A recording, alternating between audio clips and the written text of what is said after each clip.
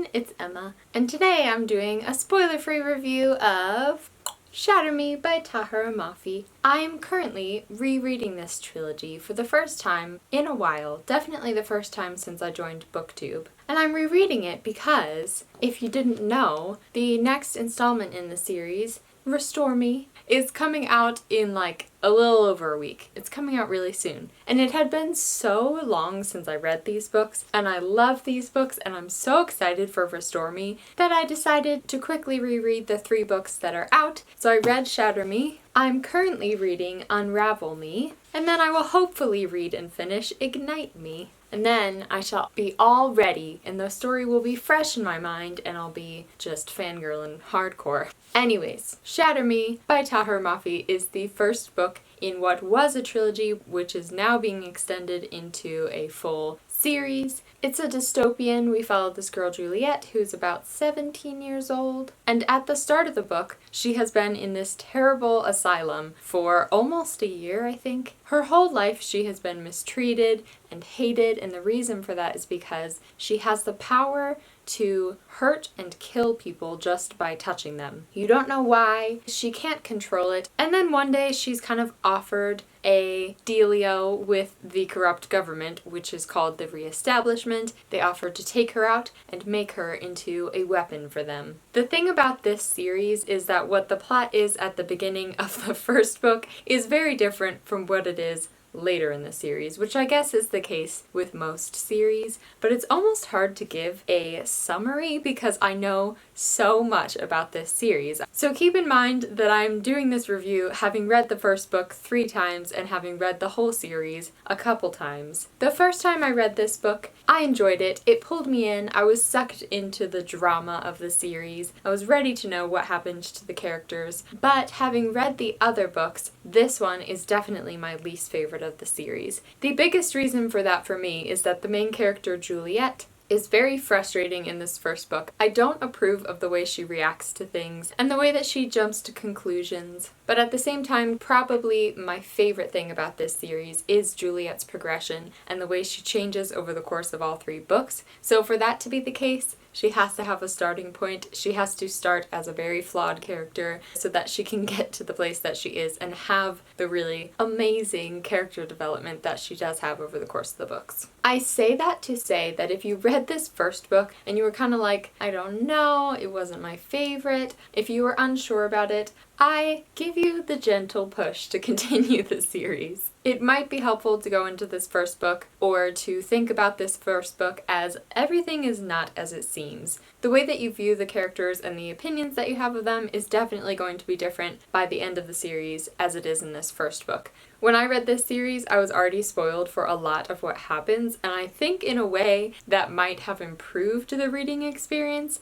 because I went into it knowing certain things that kind of put my mind at ease and allowed me to not get so frustrated with this first book. Moving on. I'm going to talk a little bit about the writing style because the writing style is very unique. I wouldn't say I've ever read a series that has a writing style like this, although I'm sure they exist in some ways.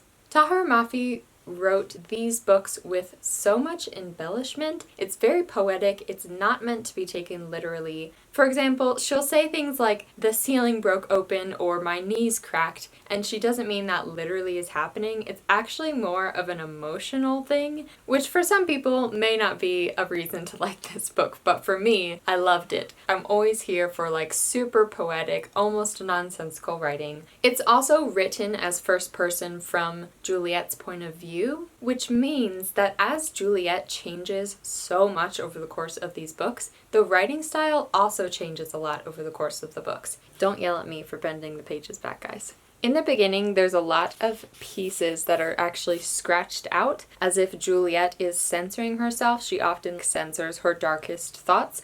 So as Juliet matures and changes as a character, the writing style also adjusts to that. It's great. It's so good. It is just a little bit of genius in these books. Character-wise, it is a bit difficult to tell you about the characters without spoiling, because the opinions that I had when I first read the book compared to now, knowing everything at the end of the series, are so different. I remember when I first finished this trilogy ranting to my mom about how I had never done such a turnaround with a character. I'm not going to say which one, but if you've read the books, I'm sure you know who I'm talking about. I will say a couple little things. First of all, one of my favorite characters is barely even in this book. He comes in a lot more so in the second book, although you don't meet him in this book. I will also say, I very much so dislike the love story in this first book, and I did the first time I read it. I almost stopped reading the books because I disliked the main couple so much,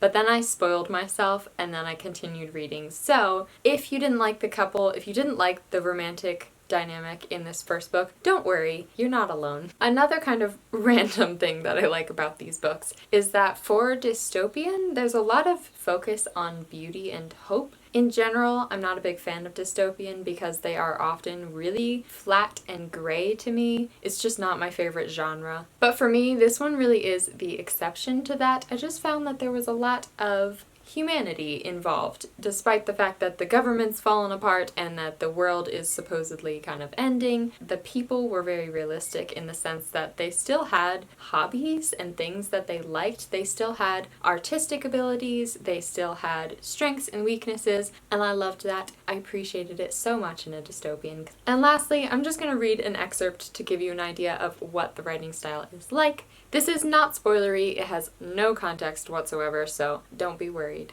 I'm swimming in sunlight. Warner is holding open a door that leads directly outside, and I'm so unprepared for the experience I can hardly see straight. He grips my elbow to steady my path, and I glance back at him. We're going outside, I say, because I have to say it out loud. Because the world is a treat I'm so seldom offered. Because I don't know if Warner is trying to be nice again. I look from him to what looks like a concrete courtyard and back to him again. What are we doing outside? We have some business to take care of. He tugs me toward the center of this new universe, and I'm breaking away from him, reaching out to touch the sky like I'm hoping it will remember me. The clouds are gray like they've always been, but they're sparse and unassuming. The sun is high, high, high, lounging against a backdrop, propping up its rays and redirecting its warmth in our general direction. I stand on tiptoe and try to touch it. The wind folds itself into my arms and smiles against my skin. Cool, silky, smooth air braids a soft breeze through my hair. This square courtyard could be my ballroom. I want to dance with the elements. That's a really good example of what I mean by it's very poetic. It's all from Juliet's point of view, so it's the way that she views the world, and it's definitely the standout thing about these books for me. That is pretty much all I have to say about this in non-spoilery terms. I'm honestly not too sure what it would be like to read these books for the first time now, but if any of that sounds interesting to you, I highly suggest you give it a try. I do still consider it to be one of my favorite series. That is it for this review. I hope you enjoyed. Comment down below any and all thoughts you have on Shatter Me, although try to keep it non-spoilery because this review is non-spoilery. I hope you have a lovely day or night or afternoon wherever you are, and I will see you in my next video.